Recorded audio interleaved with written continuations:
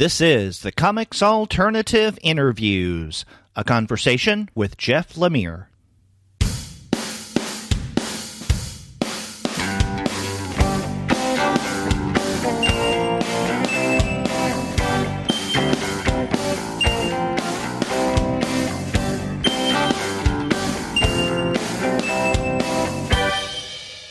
Hello and welcome to another episode of the Comics Alternative Interviews. I'm Derek. And I'm Andy, and we're two guys with PhDs talking about comics. And on this episode, Andy and I have the pleasure of talking with Jeff Lemire. He's got several new and ongoing titles that are out right now, and we have a great conversation. But before we get to that, we want to let all of you know that this episode of the Comics Alternative Interviews is brought to you by the great folks at Discount Comic Book Service. Go to their website, dcbservice.com, for all of your comics pre-ordering needs. There, you're going to find all DC, Marvel, Image, and Dark Horse titles at 40% off the cover price if you pre-order. For all of the other publishers, you'll find that those discounts are 20 to 35% off the cover price. And every single month, you're going to find some unbelievable specials. Sometimes those specials could be as much as 45% off the cover price, sometimes 50% off cover, but every now and again you can find discounts that are more impressive than that. And since we're talking to Jeff Lemire in this episode, you can go to dcbservice.com and find a load of Jeff Lemire's stuff on sale right now. And in fact, just about everything we talk about and more is in here, including the new graphic novel Roughneck, which is 30% off, the latest issue of Royal City, which is number 5, along with Underwater Welder, Trillium, all the volumes of Sweet Tooth, and Essex County are all in here, plus a lot more, including his DC, Marvel, and Valiant stuff. There's no better way to learn about or catch up on the many, many, many works of Jeff Lemire. So definitely check out those titles at dcbservice.com. Go there for all of your Jeff Lemire comics ordering needs. And after you do get your books there, please be sure to send them an email and tell them that the two guys with PhDs sent you. That's right. Andy, I know that last week when we did our interview with Matt Kent, we said that that was a long time in coming. We can say the same thing about this interview with Jeff Lemire. Yeah, that's true. I'm glad that we've had this opportunity because we've talked about Jeff's stuff a lot on the show, but never gotten a chance to talk to him. And he's one of those prolific creators like Matt Kent who seems to always be coming out with something new anyway. Yeah, and he and Matt are friends. Right. So it it's good in multiple ways that we're doing these interviews relatively close to one another. And you're right. You and I have been talking about Jeff Lemire's work for a number of years, almost from the very beginning of the Comics Alternative. And in fact, I point out during our interview that our very first creator spotlight was on Jeff Lemire, and this is way back in 2012. And at the time, we thought that the number of titles he had going on then, sizable. But man, now it's almost unwieldy. Just so many things. Obviously there's the original Essex County stories, which he's primarily known for, at least early in his career. But among his other titles and series that he's worked on, they include The Nobody, which came out from Vertigo. Same thing with the Sweet Tooth series. He had a run on Superboy, and you mentioned on Underwater Welder. That was a top shelf book. I think that was his last top shelf book. He also had that Trillium series with Vertigo, and then he dove deep into DC with Animal Man, Frankenstein, Agent of Shade, Justice League Dark, Green Arrow, Constantine, Justice League United, The New 52, Future's End. And then with Valiant, he's done The Valiant, Bloodshot Reborn, Marvel. He's, wrapping up his work with Marvel now with, things like Moon Knight, Old Man Logan, Extraordinary X-Men. And then there's the stuff he has going on recently or relatively recently. For instance, his Image work, Descender, Plutona that wrapped up last year, Black Hammer is the Dark Horse series that he does with Dean Ormston. And then AD After Death will be wrapping up very soon. And then the ongoing Royal City and Roughneck, which recently came out. And I didn't even list everything of his. I mean, it really is amazing the amount of work that he has put out. Yeah, it's a lot of work, and it's getting, I guess, rewarded and recognized by the fact that he received multiple Eisner nominations when those nominations came out earlier this week. And I wanted to mention those because we actually recorded this interview the day before the Eisner nominations came out. So the reason why we don't talk about them and congratulate him for them is not because we're snobs and we look down on awards and things like that, but that we didn't know yet. And so it was exciting news. I'm sure very exciting for him too, the next day to find out that he had these multiple nominations. Yes, and when we found out about those nominations, we did email him both and say congratulations. Sure, yeah.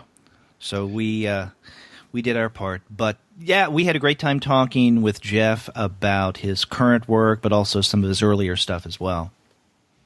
Yeah, it's a fun conversation, so I hope listeners enjoy it as much as we did recording it.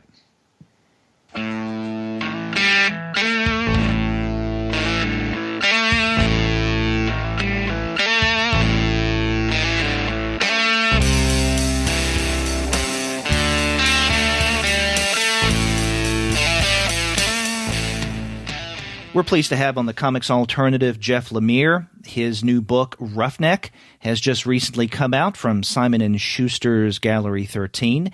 He also has a brand new series with Image, Royal City, the second issue of which has just recently come out. Jeff, welcome to the Comics Alternative. Thanks for having me, guys. Nice to be here. Yep, thanks for joining us. Yeah, you know, we've talked about a lot of your work on this podcast, and you know, it's not often that we get a creator who has not one but two new works that come out around the same time. And actually, I want to start off with one of those, Royal City.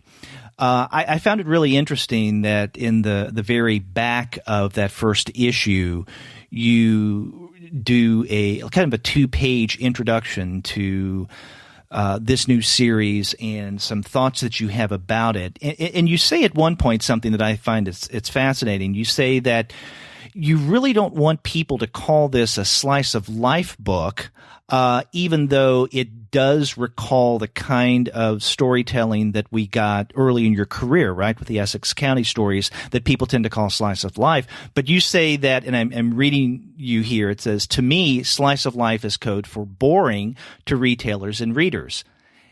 So how, you know, you really made your mark early on with these more realistically based narratives, but you've done a lot of work in a variety of different genres since then. And so I'm wondering, I guess, a two-part question. One, how does it feel to get back to this more, if we want to call it a realistic, I will not call it slice of life, mode of storytelling with both Royal City and Roughneck? And second, what is it about the slice of life or realism designation that kind of bores people? Yeah, well, I'll answer the second part, I guess, first. I mean, I personally have no problem with the whole slice of life description or comics that are, you know, not genre based and based in reality, more humanistic, grounded storytelling. I mean, that's, at the end of the day, that's the stuff I love to do. I think what I was trying to imply in that essay that you quoted was more just, I think, to, you know, when you're doing a standalone graphic novel like Roughneck or Essex County, it's one thing, but when you're doing a monthly comic that comes out and it's on the stands next to countless sci-fi series, horror series, all the superhero stuff, I think to a lot of retailers and a lot of fans, not to me personally, but to a lot of those people who are the bread and butter of, you know, that monthly audience, maybe calling something slice of life, it could seem sort of boring to them, you know. So that was more what I was implying. But you know, to me, as I said a minute ago, I love more grounded, realistic, humanistic storytelling, and I think the best stuff I've done in genre work, whether it's superhero stuff for Marvel or DC or things like Descender and Black Hammer, it tends to be very character driven stuff anyway. But yeah, I mean, I guess to the first part of your question, I had, I started off doing, stuff like Essex County, and then a book called The Nobody, and then which were very grounded kind of books. And then my career kind of took unexpected turns where I had all these opportunities to work for Vertigo, and I did Sweet Tooth, and then that led to doing, mainstream superhero stuff for DC, and then later Marvel. So the last 10 years or so of my career, 8 years since Essex County, I've mostly been doing genre stuff, and I love genre work. I love doing sci-fi and Trillium and Descender and all that stuff. But there was certainly, over the last couple of years, I think around 2012, actually, when I started Roughneck, I did have sort of a yearning to go back to more of the kind of storytelling I started my career with Essex and stuff. Doing all that genre stuff is fun, but I really wanted to kind of get back to a more grounded, more realistic kind of storytelling. So for me, Roughneck and Royal City kind of reflect that desire to kind of go back and have that little place outside of all the sci-fi and the superheroes and everything, which I love. But it's nice to have a place that's a little more grounded where I can really dig in and tell more human stories. That's interesting, because I was just thinking, I don't want to jump ahead too far into Royal City, but in the second issue, there's that panel at the bottom of the first page where Pat's talking to his wife, and it looks like she's on another planet. And I thought, oh no, is this going to be like a Trillium crossover into Royal City? But no, she's on a movie set. But it feels like that having that on the page turn seems to be maybe calling out to some of your regular readers who might for a moment think you're going into another genre. Yeah, I was just having some fun, with it. And I also realized after the fact that I think the character in Trillium, not the space woman Nika, but the other character, his name is Pike, and then the family in Royal City is the Pike family. So maybe he's he's their ancestor or whatever. But yeah, I'm just having some fun, because people always ask me if all my personal like creator own stuff is like in a shared universe or whatever. So I was just having a little bit of fun throwing a weird meta Trillium crossover. They're filming the Pat Pike, the main character's wife, is filming the Trillium movie, so it's kind of fun.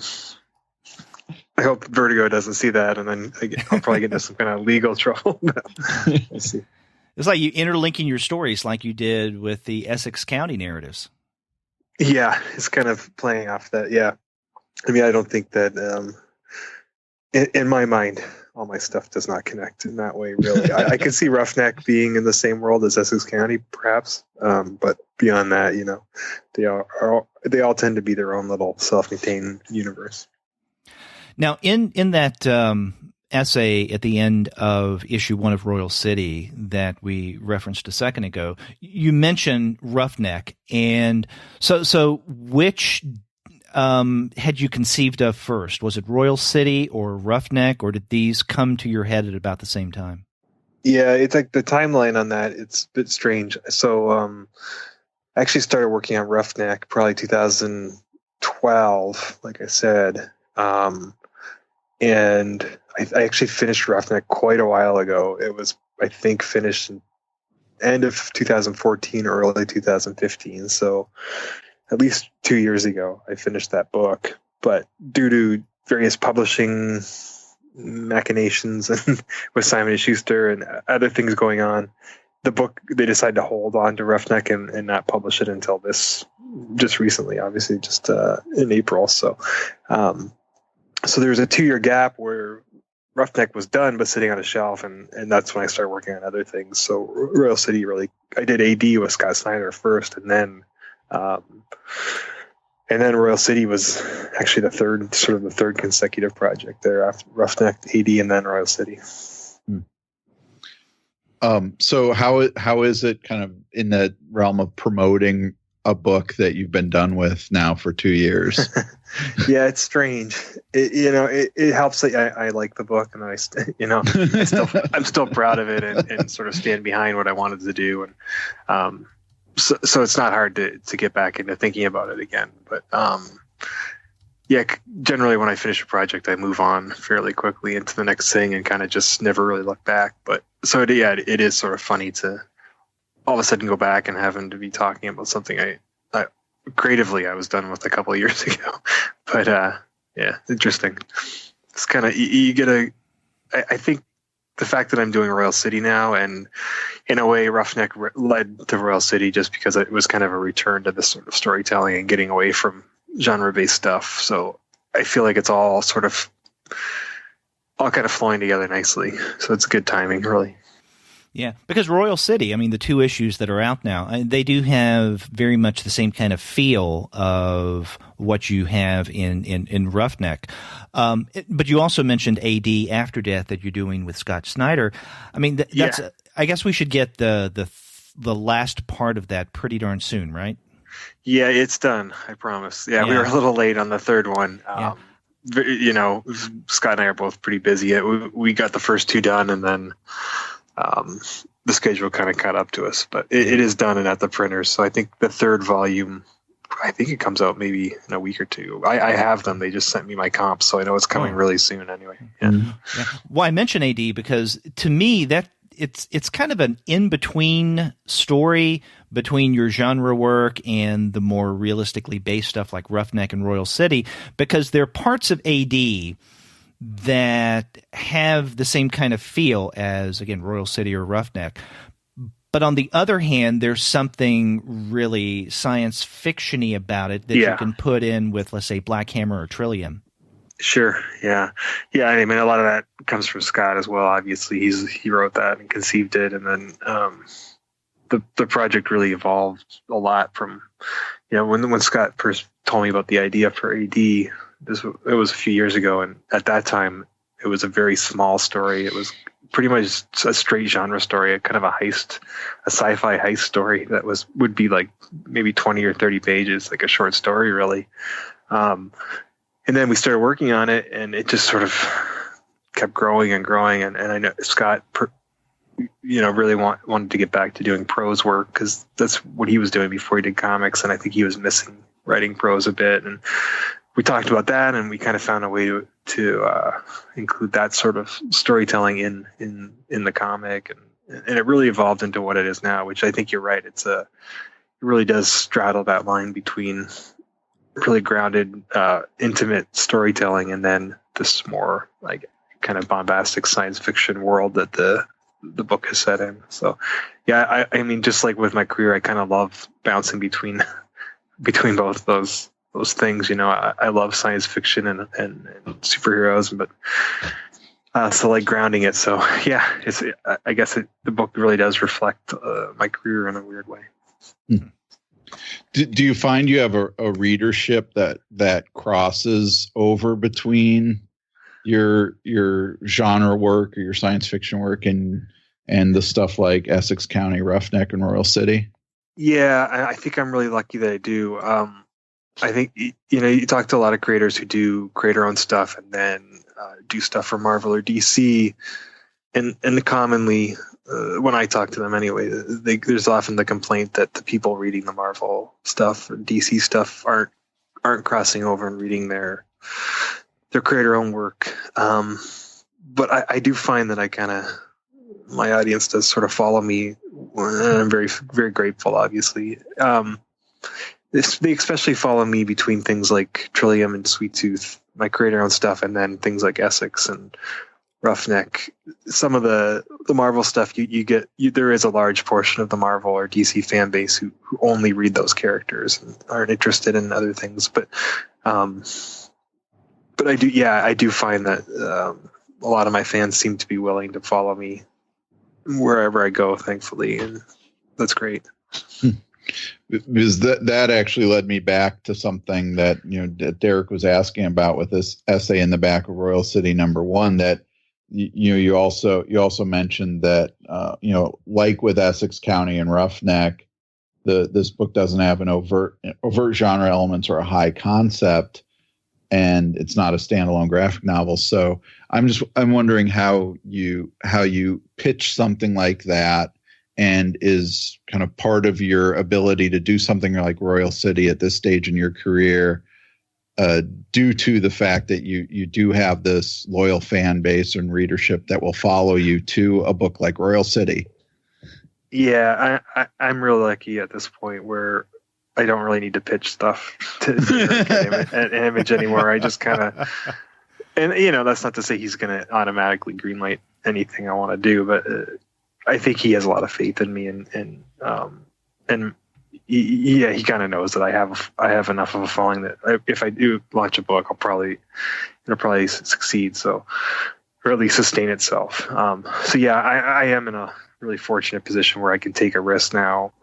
Having done so much Marvel and DC stuff over the last 5 or 6 years or however long it's been, and then even the success of Descender, where those things are kind of doing so well that even if Royal City crashes and burns, I'll be okay. So creatively, it kind of opens you up where you can kind of do whatever you want and kind of do your dream book like Royal City and hope for the best. Now, you mentioned that Roughneck is something that you had been sitting on for quite a while. That does feel like a story that could have come out of Essex County. Were there kernels of that idea that you had considered in the early days when you were working on those Essex County stories? No, it really came a lot later. If anything, it just came from, like I said earlier, I had been doing so much sci-fi stuff, and even my creator own stuff after Essex was very sci-fi based with Sweet Tooth and Trillium. So it was really me trying to get back to that kind of storytelling, but none of the elements that became Roughneck were really things I had conceived of earlier or were lingering. They were all fairly new things, stuff that all kind of percolated in my head around that summer of 2012 when I was kind of thinking about what to do next. So I was thinking primarily in terms of the hockey. Were you a hockey player as a kid? Yeah, I was, and I still play every week pretty much. So, I love the game, and it's always a big part of my life. For me, hockey is kind of my one escape from comics. My whole life is comics at this point.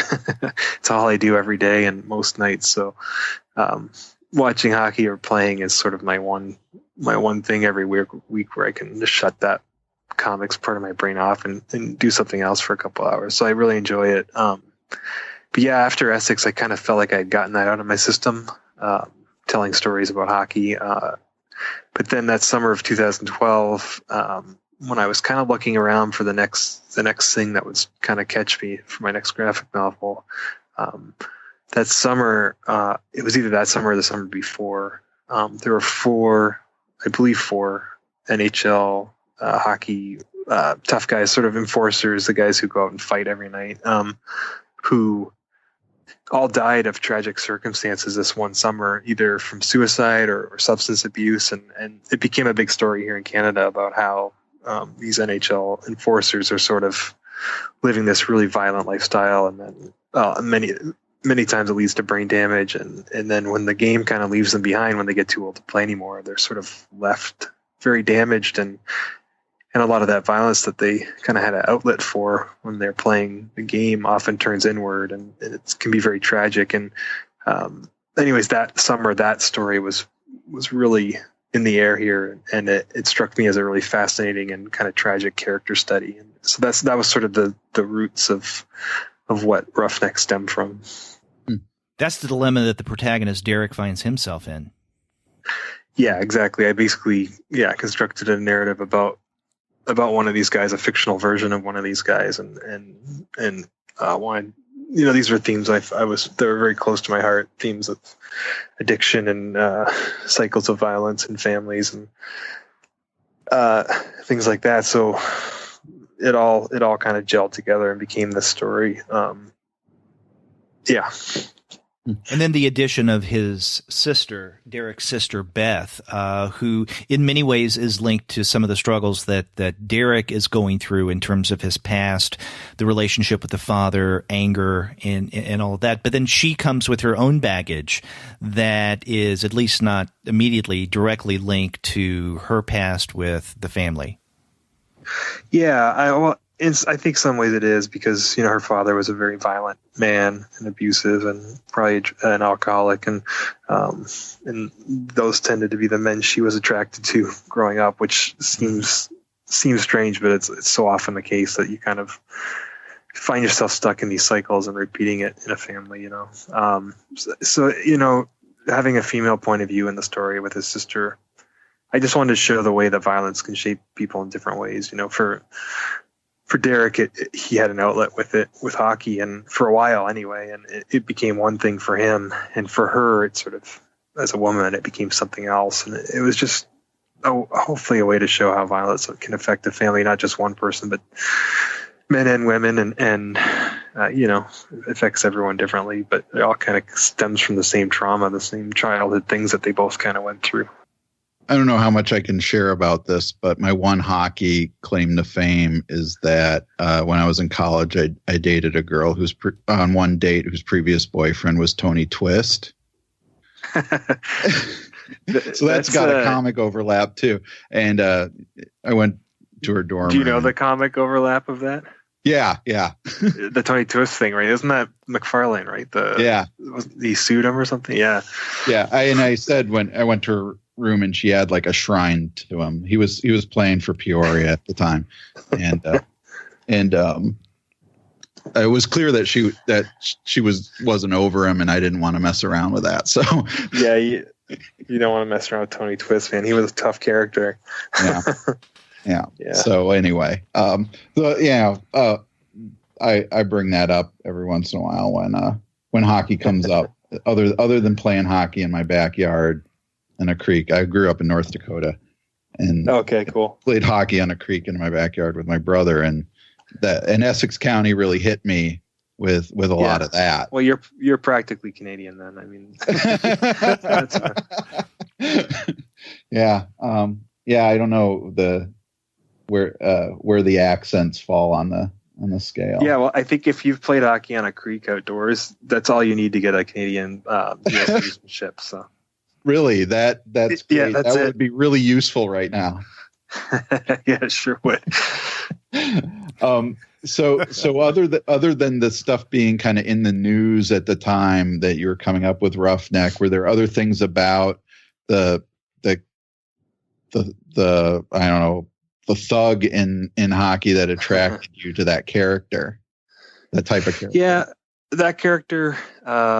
I mean, I've always kind of liked writing those tough guy characters, those damaged tough guys. I think it goes right back to, Sweet Tooth, the character of Jeopard is pretty much that as well. And in Essex, the Jimmy character, if you're familiar with that book. But so I've always kind of liked those big kind of damaged tough guy characters. They're a lot of fun to write. And I enjoy writing. I enjoy the voice of those guys, writing their voice and stuff. So it was already a natural fit for me when these stories were kind of popping. And then there was other things that kind of came into Roughneck as well. At the time, I was reading a lot of Indigenous Canadian writers, here novelists, and really kind of educating myself a lot more about Indigenous culture in Canada and our First Nations and things that I was kind of very ignorant to, growing up in mostly a white community in Southern Ontario.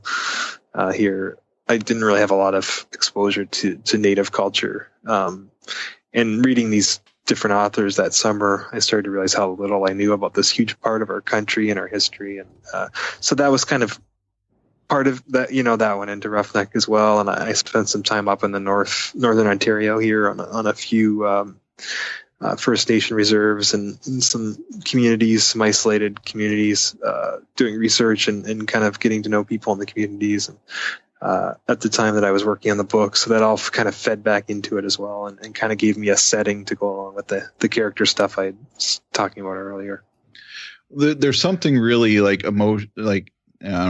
emotionally charged and and fascinating about the type of character that you're dealing here with Derek, who's someone who had this great success at one time and then comes back to his hometown and is still kind of revered in the town. And, he's still able to, for example, kind of get away with things because of his connection to the local cop and stuff like that. But it feels like that's such a, I don't know, such an interesting character to catch them at that point in their lives after this great success and celebrity has passed, and what their life is like following up on that.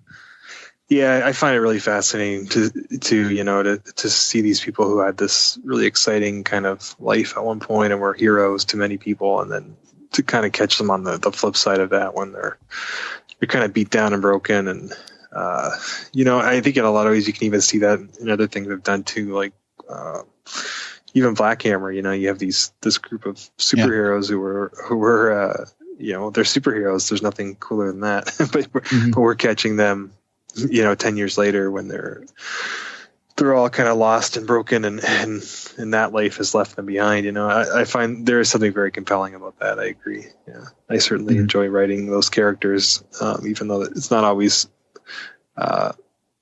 fun and happy. It can still be really interesting, I think, from a character point of view, for sure. Yeah, and Pat Pike in Royal City seems to be in that area. Maybe we haven't seen a lot of them yet. Yeah. But.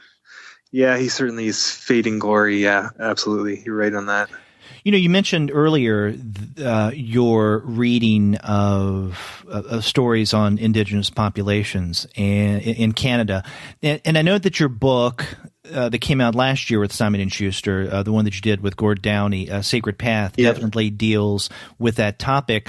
It's also, though, in Roughneck, but it's maybe a little more in the background, if I guess that's accurate, because we learned that Derek and Beth's mother was Native American, and then Al, a character who becomes quite prominent in the last half of the book especially, also has links to that community, and that becomes significant, but I don't think it's an overriding concern in Roughneck, or am I not seeing its importance as much as I should? No, it's there. I think it's I tried to walk a really fine line there, where it is a big part of the story. Derek and Beth, the characters, they're half Cree, and that was their mother, and it's a part of their heritage, their background that they didn't really know a lot about. Their mom, for various reasons, didn't speak a lot about it, so they were kind of just raised white. And but as the story goes on, it becomes more important to them. They start to connect more with their mother and that side of their background, and start to see the beauty in that culture and how it can help them heal. So I think it is important, but I think the line I tried to walk as a writer, especially as a white writer writing about another culture, is it can be very easy to overdo it, and to fall into cliche. So I tried to keep it as, I don't know what the right word is, but just not overdo it, I guess, and not to turn them into these cliched native characters, but make them feel like well-rounded people, and like it was one part of a more complicated person, I guess.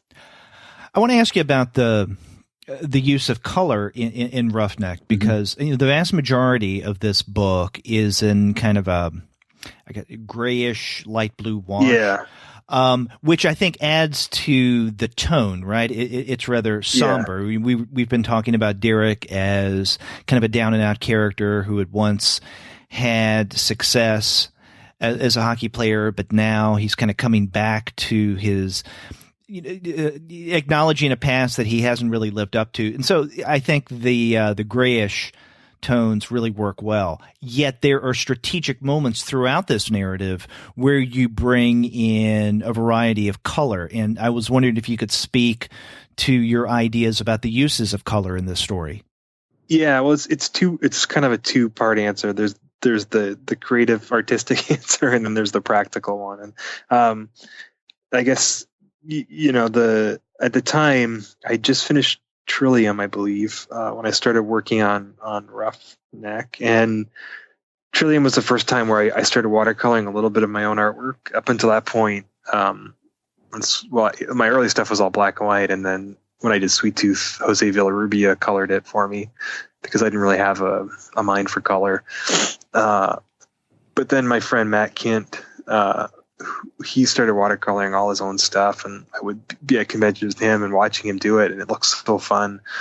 So when I started working at Trillium, I didn't really know a lot about painting and color, but I wanted, the only way to learn is obviously to do it and make some mistakes. So I painted half of Trillium, and I learned a lot on the page doing that. So I knew I wanted to continue it on my next book, but I wasn't really fully ready to commit to fully painting whatever it is. I don't know how long Roughneck is now. I forget, like 260-page book or whatever it was. It felt a bit overwhelming to me. So from a practical point of view, it seemed like a strategic way to use color sparingly, and so that's the practical answer. The creative one, yeah, I think the blue tone really does help set the book where I wanted to set it. It feels very cold and isolated, and I felt like that really reflected it. And then also I feel like it's kind of a reverse of what you might expect, where usually, the kind of cliched flashback thing is to always see it in black and white or in sepia tone, right? But I thought maybe flipping that, where it's actually when we do flashbacks, that's the stuff that's full color. Almost like those experiences from their past were so vibrant and they so important, and now that it's years later, their lives have become so dulled down and damaged. Just like when you're younger, you kind of feel stuff a little more intensely than you do when you're an adult. So it kind of creatively, that was kind of my thinking of kind of flipping that, using color for the flashbacks for that reason. And then there's the use of red for the violence. Yeah. Well, when you're doing that blue, that cold blue tone, when you throw red on that without any other color, it pops, obviously, like right off the page. And, violence is such a part of comics, like whenever you're doing superhero comics or anything, there's always, fighting and violence, and it becomes cartoony and it becomes a different kind of thing. But I wanted the violence in this book to be very visceral and ugly, and for none of it, whenever someone beat someone else up or use violence in the book, I wanted it to feel like it was,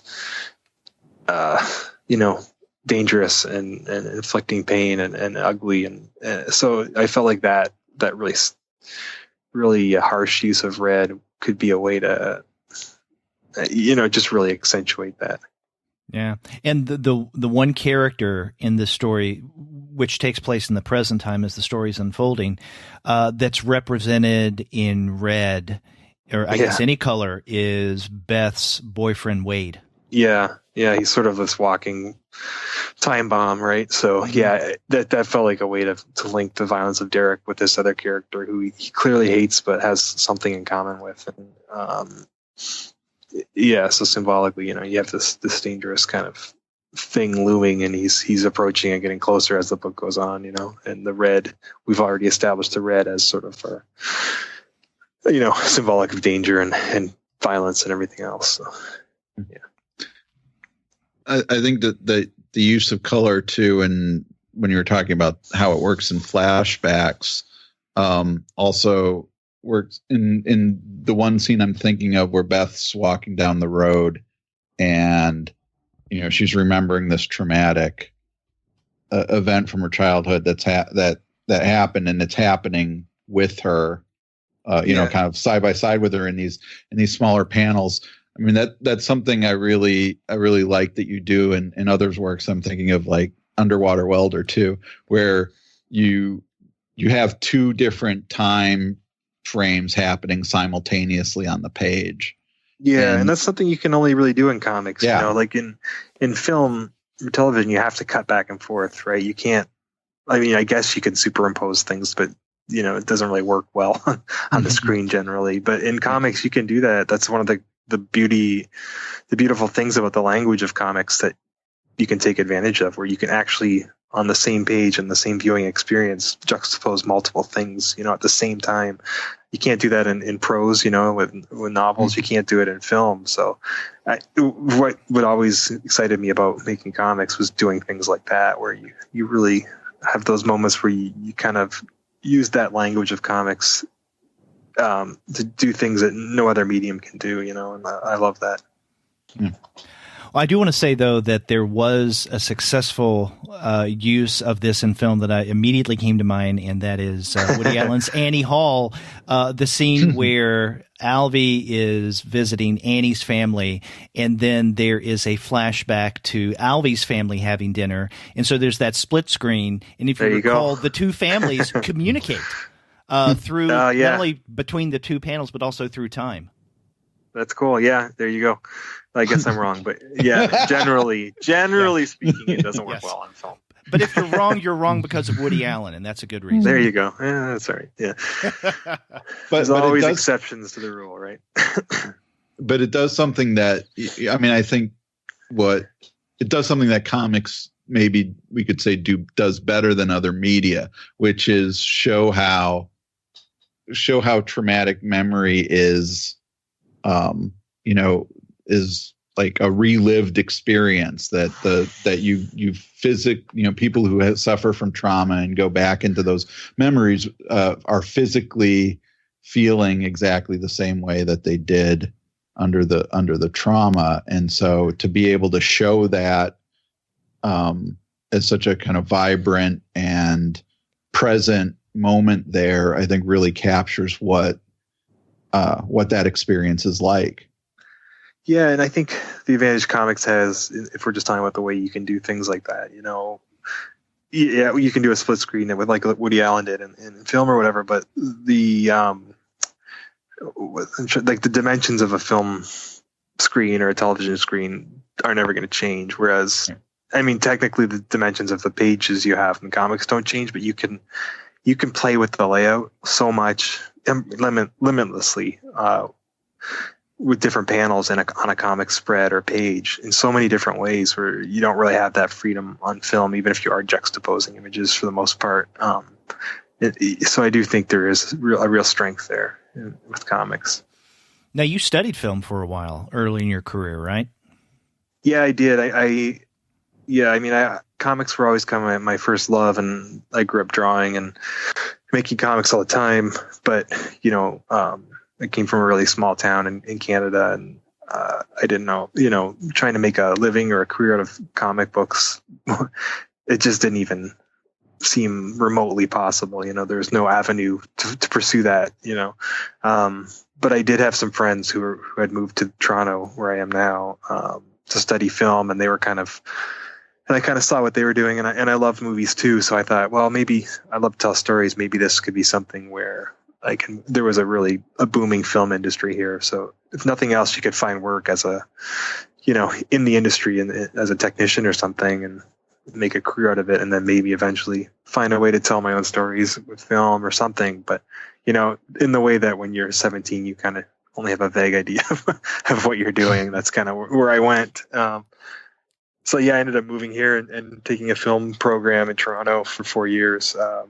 And I learned a lot about storytelling and about writing and stuff. But further along I went in the film program here, the more and more I just started falling in love with comics again, especially in the city here. I was exposed to better comic shops and started to find all kinds of comics that I hadn't read as a kid, and all, European stuff and underground stuff and alternative comics, and I just started to really fall in love with drawing again and with the medium and the potential of the mediums, to the point where I think in my fourth year, I really just kind of stopped going to all my classes and was staying home and drawing comics all the time. And, which in hindsight could have really blown up in my face, but it worked out. When we're kind of jumping around a little bit here, but when we're also talking about this idea of, I don't know, the past informing the present, and things to do in comics, I was also thinking of how we're getting in Royal City this character Tommy, who is the brother of the Pike siblings who form the main characters in the story, and how each character sees Tommy differently.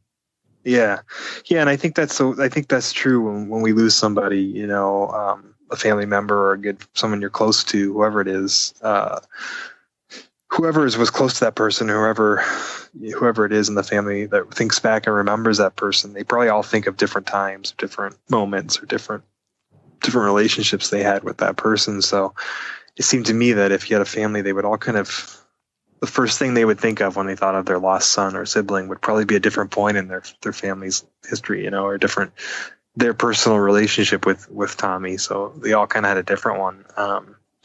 And then that's a way to sort of visualize it, is that they all see him and interact with him and as a different person, really. And I don't want to get too much more into that, because it really starts to expand and evolve as the series goes on, and it leads somewhere else, which is maybe even a bit stranger than that. And I have said in the past, it's not a genre book. It's not really a supernatural book, but there is something strange going on in the town, and I do find myself being pulled more to that strangeness the further along I get in the series. So it is kind of evolving quite a bit from my original intent, in a good way, I think. Well, that's one of the things I liked about that first issue, is almost from the very beginning, you get a sense that there's going to be some strangeness going on in what seems to be, at least on the surface, kind of a realistic narrative. When Peter, goes to his workshop and he's tinkering with the radios, which I'm hoping we'll learn more about all those radios. And then we hear the static and Tommy calling out to his father. And those are in the opening pages. And when I first read that, I thought, okay, this is not just a straight realistic narrative. This is going to be a weird, wacky ride. I think that's part of too what I was alluding to when, that comment you brought out on the opening of our interview here about the slice of life thing, is that even Essex County and maybe not so much Roughneck, but definitely Essex County, and for 100% Underwater Welder, there was a real strong sense of magical realism to both those books, even though they were grounded humanistic stories.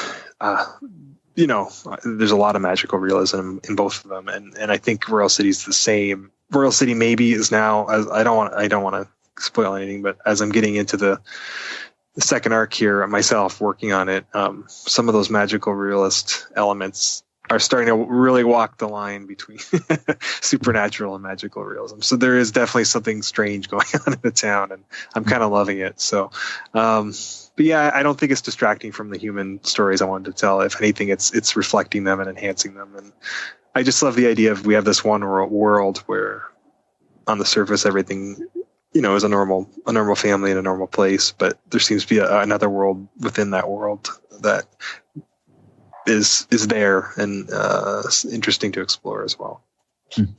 Now, with the characters, the Pike family that we see in Royal City so far, are they going to be the regular characters throughout this ongoing series, or is Royal City going to be kind of the focus of this series? Yeah, well, my intent with the series is to kind of do something like what Brubaker and Phillips did with Criminal, where they had the criminal kind of head title of criminal, and then each arc would be different characters, and maybe the main characters from one of their arcs would become just little supporting or background characters in another arc. So it's all taking place in the same world, but you're kind of telling different stories. And I'm not going to go quite to that extent where every arc is a different story. The Pike family, their saga, their story, I have it plotted out now to be about 20 issues. So that's going to be at least 4 arcs.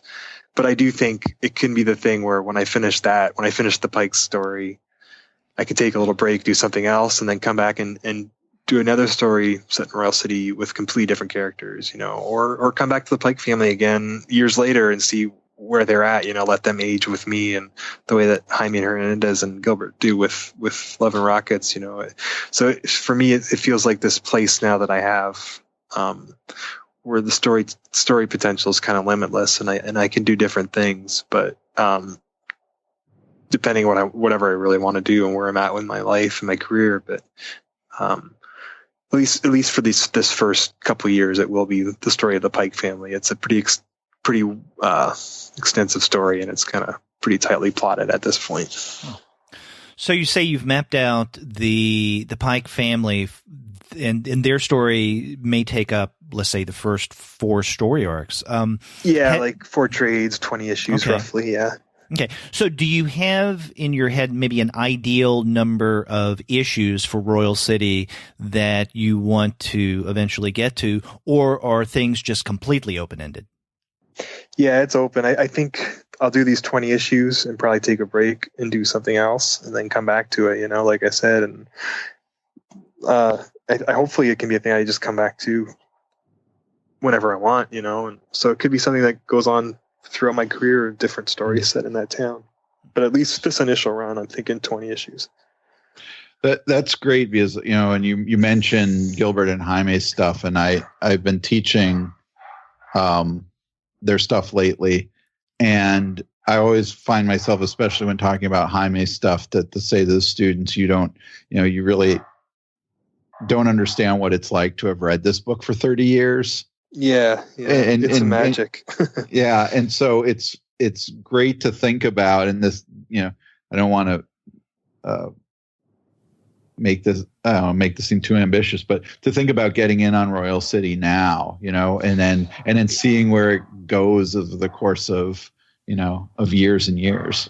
Yeah, well, that's the idea for me too, and it really was inspired by Jaime's work, where he has Maggie and Hopi and all those other characters that you've been following for 30 years, and to read that, like you said, to have been reading that for this long, like I have and you have, you're so invested in those characters, like they're like so real to us, and like nothing else in comics really. Like there isn't anything like that, and it's a magical thing, a beautiful thing, and I'm no Jaime Hernandez, but if I could have this thing where we follow this family and throughout my life and as a creator, and I keep coming back to them, it could be really cool to see them reflecting different things I'm going through in my life at different stages. I'm 40 now, and I certainly the characters, the siblings are all around my age now, so 20 years from now, I could tell more stories with them when they're in their 60s, and they would be experiencing totally different things, and the stories would be about different things, I would think, than they are now. So it could be really fascinating. One of the mistakes I try not to make with narratives like this is whenever, let's say you have, as if not the protagonist, then a major character, someone who is a writer or a writer figure. I mean, in the first issue of Royal City, when we're introduced to Pat, it's like, okay, he's the writer. I wonder if this is a stand-in for Jeff Lemire, who is the writer of Royal City. And then we learn that not only are things set in a town called Royal City, but that Pat has even written a book called Royal City. And so then I started to wonder, okay, is this going to get all metafictionally twisty in a fun way? Well, I'm having some fun because, my first book was Essex County, and I grew up in Essex County, Ontario, Canada. So Pat, to me, I've never done that before where I have like an actual doppelganger, like I'm actually writing myself. Some writers do it all the time, but I've never really done that. And I don't really want to, but I thought it would be fun instead of having someone as a surrogate for me like Pat, to sort of imagine my career going really just kind of imagine me making all the worst decisions I could have made throughout my life rather than the right decisions. And then have a character that is that. So Pat is pretty much me. Like we kind of started at the same spot, but whereas I made, I think, good decisions personally and professionally, Pat keeps making the wrong ones. And so it's sort of like this guilty fun of exploring my self-destructive nature, but not having to actually do it in real life. So. No repercussions. Yeah, exactly. So I think another aspect of Royal City that we're getting to is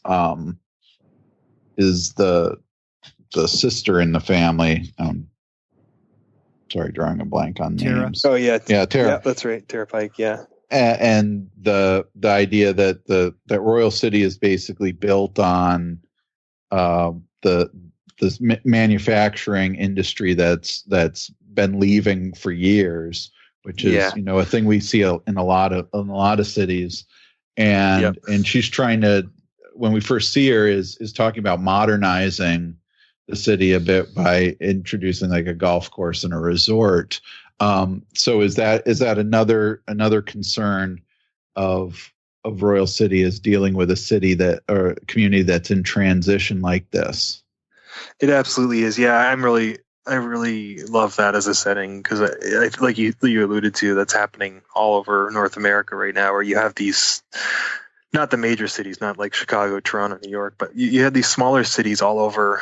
We had them here in Canada, and you have them over there where they were built around industry, and they were these booming, mid-sized, North American cities in the 50s, 60s, 70s, and then now, obviously, the economy's changed so much, and everything's being outsourced, and these small towns are just dying off, and the youth are all leaving for the bigger cities, and the towns are kind of just rusting away and leaving these factories and industrial waste behind. And that, to me, was such a great setting for a comic, to see this city in transition, like you say, and we also have this family who kind of reflects it in a lot of ways, where they're kind of dying off and killing, destroying each other's relationships, and they're a family very much in transition as well. So they kind of reflect one another. But yeah, I love that idea of a dying industrial town as my setting. I grew up in one near where I grew up. Windsor was right across from Detroit, so it was an auto city, and it's sort of in transition like this as well. So it's something I know well, and I worked in factories, auto factories, and plants and shops all throughout high school and university when I was going to university and stuff. So I've always wanted to do stories that were at least partially set in that kind of blue collar factory world. And then you have someone like Pat who's completely escaped it, like I did, and now he's coming back. And yeah, so I think I'm rambling now, but I think I don't know. Remember what your original question was? No, you're dealing with it. I mean, I'm just thinking, because I live in South Carolina now, and I see all these towns that were once like kind of booming textile cities. Exactly. But also the way I have different routes I can drive. I have about an hour commute, and sometimes I can go through these small towns that were clearly, even earlier, were really booming tobacco towns. So there would be these massive tobacco like warehouses and stuff, and beautiful old houses and beautiful old buildings that are all abandoned. Yeah, there's something amazing about that too, visually, for me to draw that stuff, like these abandoned factories and stuff. We'll see more of those as we go on. There's something kind of beautiful in that industrial decay as well, just from a purely aesthetic point of view, that I love drawing. So, but yeah, and I think your question was about Tara, the sister. She's sort of the one who's still fighting for the future. She wants to bring change, and she wants to modernize and find ways to keep this town alive. But of course, the flip side of that is kind of accepting that the past is over, and the way they used to live is dying, and a lot of people there can't let go of that. So she's sort of facing that conflict. And that conflict manifests itself in her home life too. That's one of the things she'd be sacrificing, is her husband's job to this modernization. Yeah, which seems terrible, but for in the long run, she knows they would both make more money if her thing went through, but his male pride probably can't accept that. I don't want to spoil too much, because the third issue, which will come out very soon, is actually pretty much completely focused on her and her husband, and exactly what we're talking about. So. Oh, good. Yeah. Well, what you're saying, Jeff, about the focus on cities that had once been thriving, productive, and then over the past several decades have just lost populations, lost their youth, lost their industry. I mean, I can't help but think of what you were talking about earlier, especially within the context of Roughneck, about characters such as Derek, or let's say with Jimmy in Essex County, those figures that at one point had had been, if not at the top, then at least that they were on their way there. But then something happens, or a variety of things happen, and they're kind of like husks of what they had been or what they had wanted to see themselves. And I mean, that's not that different from what you were describing in terms of these cities. Yeah, I had never thought of that, but that's really true. Yeah, that's interesting. It's interesting. Another connection between Roughneck and Royal City that we haven't made yet is your protagonist in Roughneck is called Derek, and the Royal City takes place in Royal City. So I feel personally drawn to your recent storytelling. It was all, you've cracked the code, man. I've been stalking you for years. That's it. It's all subliminal love notes to you. And it couldn't have been cracked before this interview. No, this was it. It's very important. My work is done. I don't have to do this before. We're good. And Derek, you really are a shadow of your former self anyway. So I've heard you described as a rotting husk. So that's where I excel, as a rotting husk. Well, let's talk about another series you have going on right now. We've talked about Royal City, the new Roughneck. We've talked a little about AD After Death. Descender. I mean, this is something that we've gone on about almost 2 years now, right? Yeah, it's weird. It's the book's been really successful, critically, and sales have been great. And I think it's kind of one of those things where Dustin's such a machine that we've been able to put that book out without being late, every month. And it almost gets taken for granted a little bit with some of the newer stuff I'm doing, but it's certainly still absolutely one of my passion projects. And I love the world of Descender, and I love working with Dustin, and I love that book. I love having a big science fiction universe to play in, because that's really, having spent all this time talking about Royal City and Roughneck and everything, I do really love sci-fi as well. And having a big fun space opera like this it's a really fun place to visit every month for me. Well, what's the genesis of this series? A couple places. I think I had done. I had done stuff like Sweet Tooth, but not really. I hadn't really done space opera, sci-fi, before. And then so Sweet Tooth finished, and I really. Well, okay, I'll be brutally honest. This is what happened. So I actually pitched Adam Strange to DC right around the time I was doing Superboy, I think. So this was before the New 52 at DC. I pitched an Adam Strange series, and everyone really liked it, but they were doing the whole New 52 relaunch, and it just wasn't a good time to do it. So it kind of got shelved, and that pitch, my Adam Strange pitch, actually kind of became Trillium. I kind of morphed it and evolved and kind of grew into something else, but the genesis of it was this Adam Strange thing. So after Sweet Tooth, I kind of twisted this Adam Strange pitch into Trillium and made it a creator-owned thing, and it really didn't resemble Adam Strange anymore by the time I actually got to doing it. But I kind of fell in love with the world building of that when I was working on Trillium. I fell in love with doing space opera and sci-fi and kind of building this planet and this culture around this planet. It was so much fun doing that stuff behind the scenes that I knew I wanted to do more, and I knew I wanted to do it on a bigger scale. So when I finished Trillium, I started making notes for a bigger sci-fi thing, which became Descender. And around that time, I knew Dustin from working at DC. I was doing superhero stuff, and Dustin was doing a lot of Batman stuff. Dustin Nguyen, the artist. But he and I had never worked together, even though we really liked each other's work. And my exclusive contract at DC was coming up the same time as his, and we were like, well, we should do something creator own. At the time, Image books were really booming, with Wicked and Divine and Bitch Planet, and all these books were launching and having so much success, Saga and everything. We thought we'd give it a shot doing an Image book, and I had all these sci-fi ideas floating around. So I sat down and kind of really worked them into the story. And I'd always wanted to do something about robots, a big mythology surrounding robots. And, so I guess those were all the seeds of Descender. And you did get to do Adam Strange ultimately anyway, right? Yeah, I kind of did. Yeah. I didn't really get to do the version I wanted to do. Yeah. I do love those old DC characters, that's for sure. Yeah. Well, I mean, have you and Dustin talked about how long you would like to sustain Descender? Because I mean, this is a story the more I get into it, the more I see the potential for years and years of story here. I don't know what would happen if it ended anytime soon.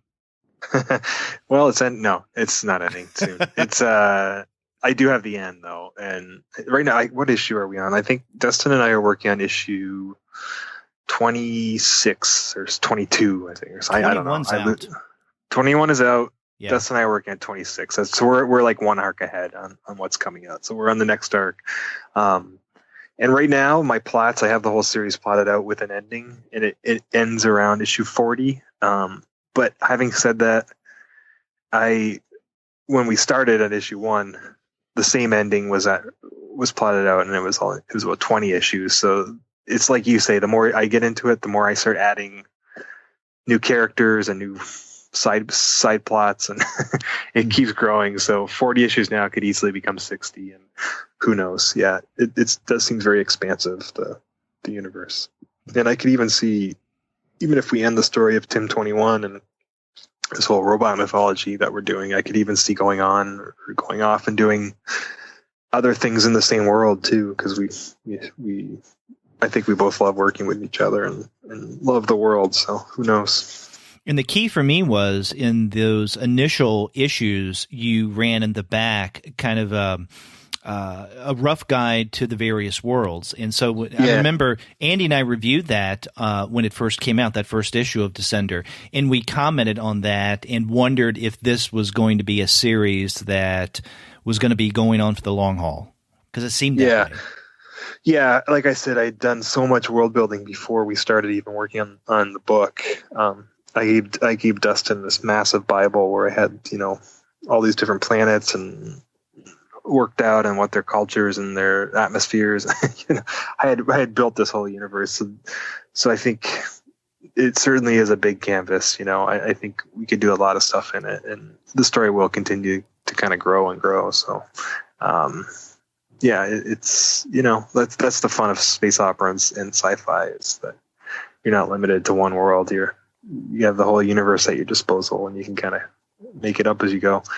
Although there's been a couple things in that that Atlas of Worlds that you're talking about that was in the first issue or the first couple issues, that when I actually get to those worlds, 30 issues later, whatever I wrote in issue 1 doesn't really fit anymore. So I'm going to have to retroactively change a couple of those descriptions when we do the hardcovers or something, because I've had to tweak it a little bit. But so there will be hardcover deluxe editions? At some point, yes. Like, I can't say any more at this moment, but yeah, there are some that we have been discussing it. Yeah, absolutely. Dustin if you follow him on Instagram or whatever, you'll see, like, every day he posts all these incredible little sketches and stuff he does of Tim 21 and everything that aren't even part of the book. They're just stuff he's like doodling on the side. He has so much of that stuff that it would be a shame not to do some kind of hardcover where we can have all this stuff showcased in the back or something. We just had Matt Kint on the show, and that went up. That went up today. and we ended up talking about his valiant work. So I wanted to bring up Bloodshot, sure. because I've been really enjoying your work on Bloodshot, and we're heading into a new series, right, with Bloodshot Salvation. Yeah.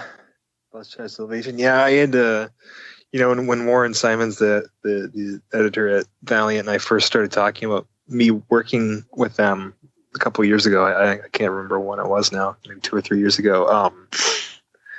And we talked about Bloodshot, and I had some ideas for that, and I kind of pitched him at the time what would have been like a 20-issue run, which was really the Bloodshot Reborn story that I ended up doing. And I didn't really see any more story beyond that. I felt like when I got to the end of the Bloodshot Reborn, Bloodshot USA stuff that I did last year, that was kind of the end of my run and my story, the character. But then, I don't know, we just, I finished that stuff, and I kind of was away from it for a few months, and Warren and I would talk about other things I might want to do. And a few things came up, but then I just kept going back to those characters and started getting new ideas, and I kind of miss them, when you invest 20 issues into something, and especially with Bloodshot, I felt like it was a real blank canvas when I got it, and I really tried to expand the mythology and build his world as much as I could. I had laid all this great framework down. It felt like a shame not to keep going with some of that stuff. So we talked more, and then the end result is this new series, Bloodshot Salvation, which will really it really picks up where the last series left off, but it kind of takes things in.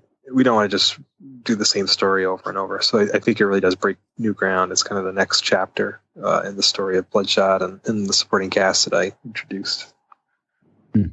Now, when you mention that supporting cast, is that going to include the character find of 2015, Bloodsquirt? Bloodsquirt. The origins of Bloodsquirt are when Warren, Matt Kent, and I. This is Seattle Emerald City Comic Con. I don't know, 3-4 years ago. Whenever we were going to do the Valiant, Matt and I, that miniseries, and I was going to do Bloodshot afterwards, and I kept joking around about this stupid Bloodsquirt character over dinner, and they were laughing and laughing. I don't even know. There were far filthier Bloodshot jokes. They're Bloodsquirt jokes that didn't make it in the comic. And then, I was writing the pitch for the actual series, and then I kind of just got this crazy idea to actually put this ridiculous Bloodsquirt character into the story, and I put it in the pitch. And I think Warren thought I was kidding when he read the pitch, and I'm like, I'm not kidding. I really want to put him in. But yeah, that's how he made it in. But I'm kind of glad. I don't know if Squirt's going to be in the new. He hasn't found his way into my plans yet, but that doesn't mean he won't. There's always a spot for him. Did you draw that character in those pages? Yes. Okay. I did. In the original, the first four issues I did, and then after that I got too busy, and whomever the artists were on those issues, I had to kind of look at what I'd done and sort of ape it a little bit. But yeah, I originally I did draw it. Now you recently talked about Bloodshot Salvation, and we were pretty honest about the fact that you had a certain direction that you were going to go with it, and then you changed that direction. I did, yeah, and that yeah. I mean, there's no reason not to be honest about it. It's all a process. None of this stuff kind of comes from nowhere. It's all comes from working on stuff over time, and when I don't want to get too political on the the podcast or anything, but when certain elections happened, and that's okay, we get political. Yeah, well, when Trump won, I was really like many people, and I was kind of shaken and shooken, or whatever the word is, and still am a little bit by it. And at the time, I got really, really angry, and I was working on Salvation, and I kind of worked this stuff into the initial Bloodshot Salvation pitch, where it would have been Bloodshot versus the alt-right and white supremacists and things like that, and we kind of started working on it, and it didn't really feel right. I think it was just me kind of shoehorning something in that didn't really fit what I really wanted to do, and then a couple months passed, and I wrote the first couple scripts in that direction, and then I looked back on them, and they just felt like such a heavy-handed sort of it just didn't feel subtle or intelligent. It just felt like really obvious, and that's the joy of, luckily I work really far ahead. I've already written almost 10 issues of Salvation at this point. Wow. And, the joy of working that far ahead was none of the artists had started drawing yet, and Warren and I had a lot of time, and I just said, Warren, we announced the book, and we kind of announced the alt-right stuff, and it just was not sitting well with me that weekend. We were at a con, and I was with Warren, and I just said, it just feels lazy. It just feels really heavy-handed and just sort of lazy, and it doesn't really feel right. And so I went back, and I just kind of started pulling all that stuff out of the story, and sort of, it's kind of like a sculpture. You start trimming stuff away, and you start to see what the real shape is underneath it. And I kind of found what the real story was that I really was initially excited about, and it wasn't that stuff, So I kind of went back and got rid of all that stuff and reshaped the series, and now I love it. I think I'm really proud of it and happy with it and excited about it. But yeah, I think there's definitely a place for political allegory and using superheroes in comics to do that. But in this particular instance, it just wasn't feeling smart or good. So it didn't. It's not going to go that way. Yeah, something else Donald Trump almost screwed up. He almost screwed up Bloodshot. He almost ruined Bloodshot.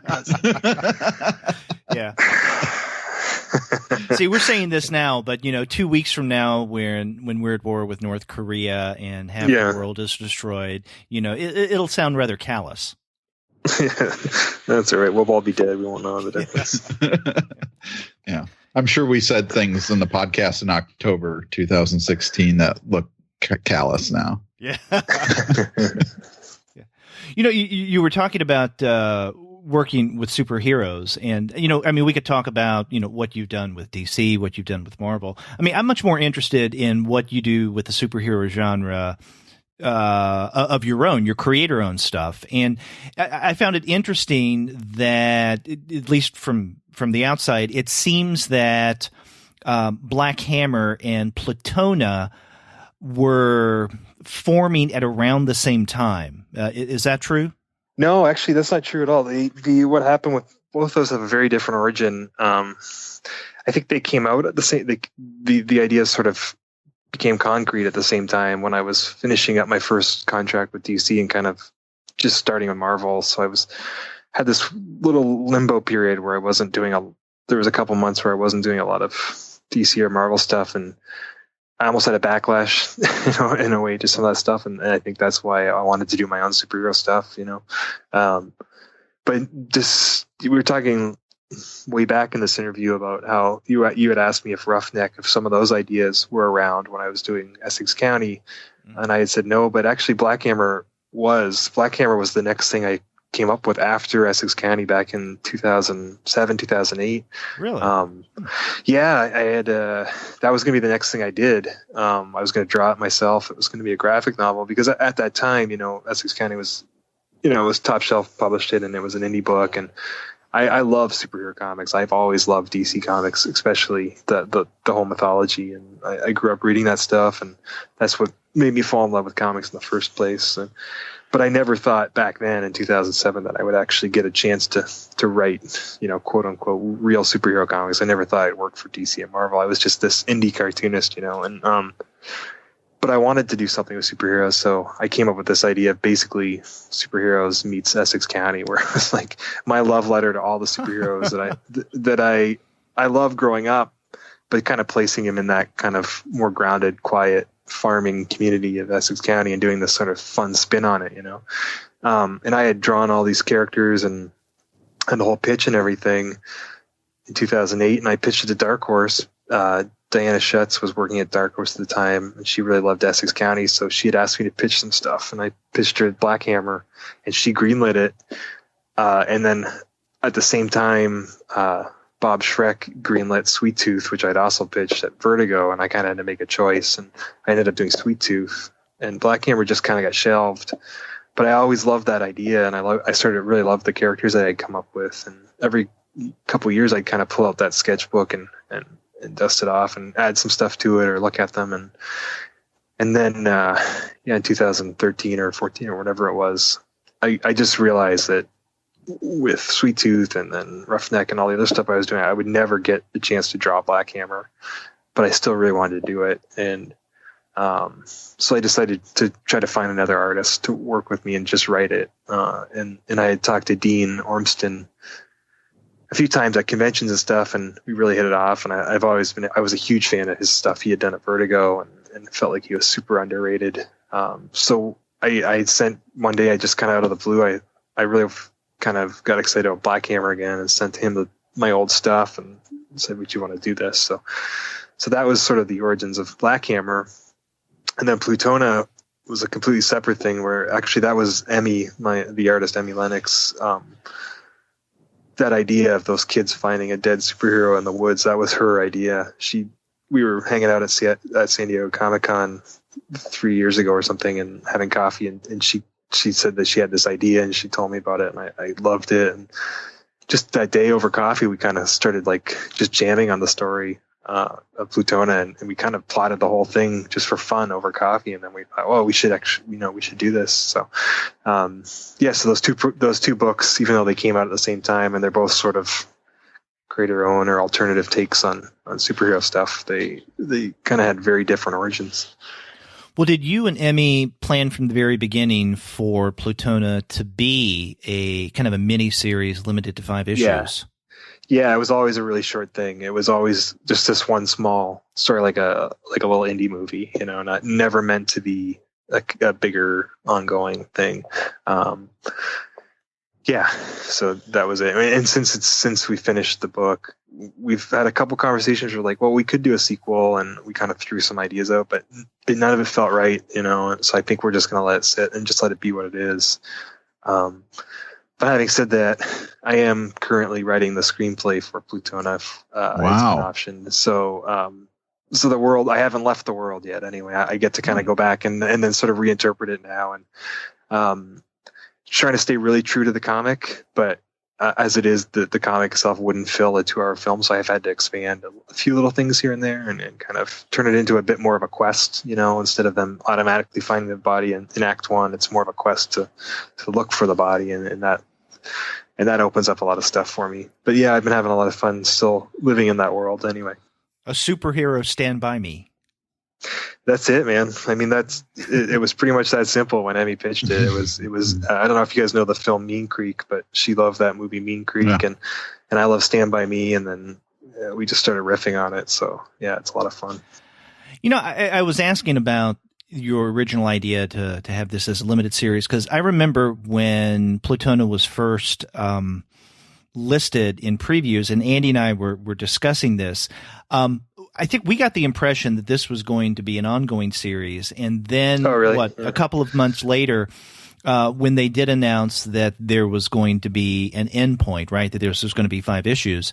I had wondered, was this a change in plans? Is it not selling that well? Because sometimes publishers will not let you know that something is a mini-series or a limited series for, I guess, a variety of different reasons. Yeah, no, I think it was just miscommunication. It was always, I think I'd already written the whole thing, the whole 5-issue thing with the ending before we even solicited it. So it was never, ever meant to be anything else. If it may have just been sort of a poor communication in the solicits and stuff that made it feel like an ongoing. But yeah, no, there was no change, of course. Well, Jeff, what are you, as if, you have time to work on other things, but is there something that you're starting to formulate now that we may see in the not too distant future that you can actually share with us? Yeah, well, there is one. I mean, there's a number of things. I'm always developing ideas, and sometimes they take a couple of years to get ready, but so there's a couple of things, but the one that's closest is probably this book, Family Tree, that I'm writing, and Phil Hester is going to draw for Image. It's going to come out in the fall, and I've written the first 4 scripts, and I think Phil will start drawing soon. And for me, this one, I hadn't really done a real horror book yet, and I really wanted to do something that was kind of horror, a weird horror story. And I had really loved doing Animal Man at DC. That was of all the superhero stuff I've done, that was one of my favorites. And one thing I loved about that book was that it was, I guess, a superhero book, but I really just kind of wrote it as a horror comic. And, and I loved doing that book.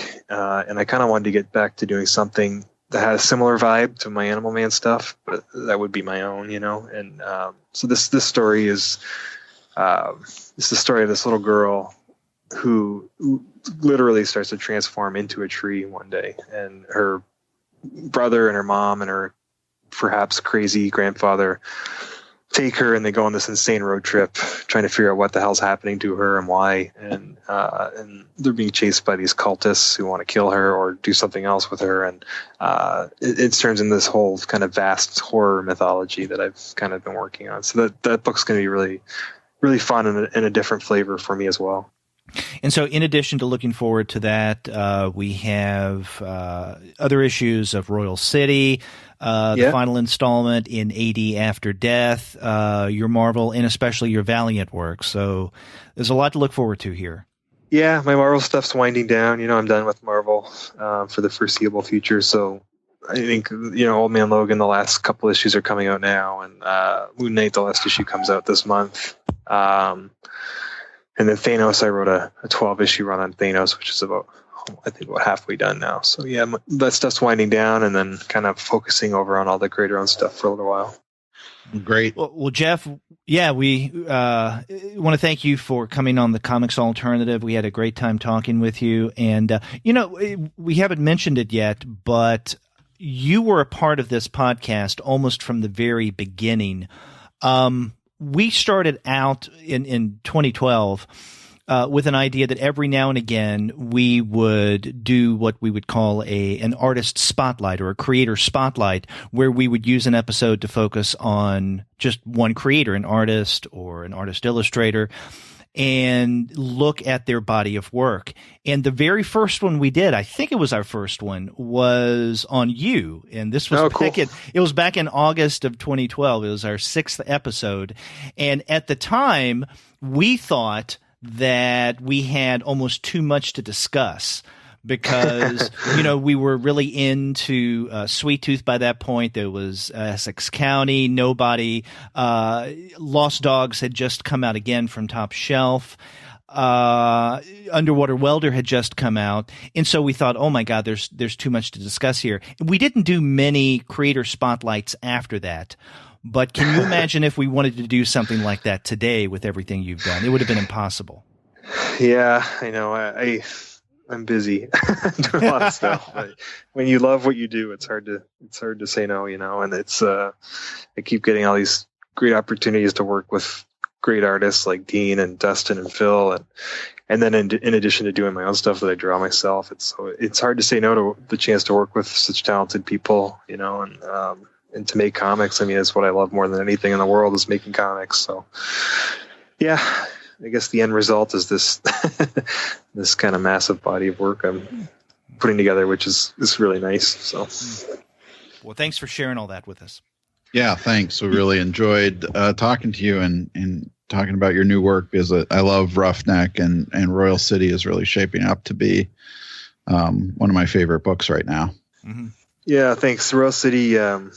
Little spoiler, not spoilers, but just a teaser. The first arc is 5 issues, and then issue 6, the series takes a major jump, and I'll just leave it at that. But it's almost a different series for a couple issues, and it's been really fun to do. So. Great. Okay, thanks.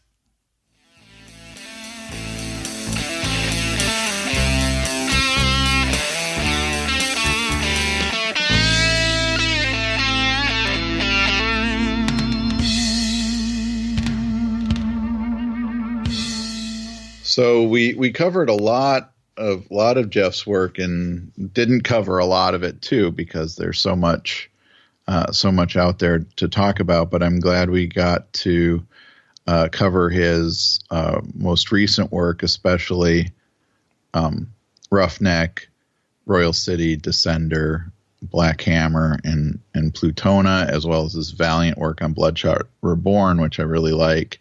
But we could have gone on for a long time talking about all that other stuff too. Yeah, exactly. And it was really interesting to learn about the origins of, let's say, Roughneck and Black Hammer, that those have a much longer history than I would have thought.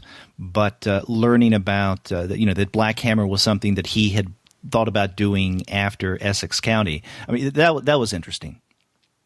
Yeah. There's a lot of interesting stuff talking about the genesis of these works too. But I think he's getting a lot of recognition right now for the stuff he's doing. It seems like Black Hammer is one of the works that's really getting a lot of the attention.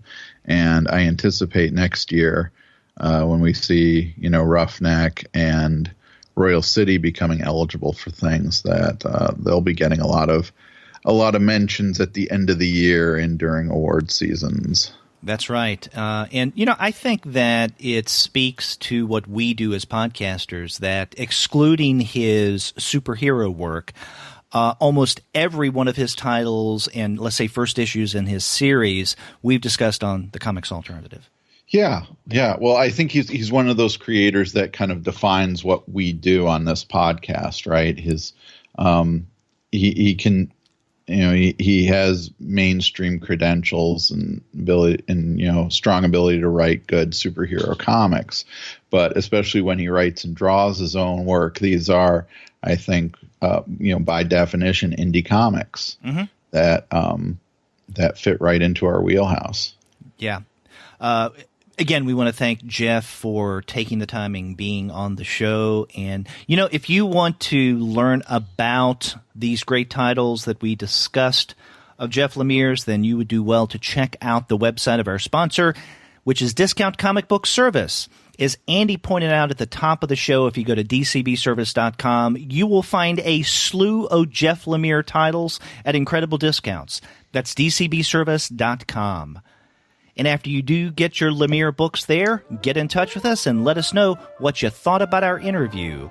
If you go to our website, comicsalternative.com, you'll find that you can send us a voice message online via SpeakPipe. Or you can call us the old-fashioned way by picking up the phone and dialing 415-3-COMICS. That's 415-326-6427. That's right, or you can get a hold of us by email. We are 2guys@comicsalternative.com. And you can also get a hold of us individually. I'm Andy at comicsalternative.com. And I'm Derek at comicsalternative.com.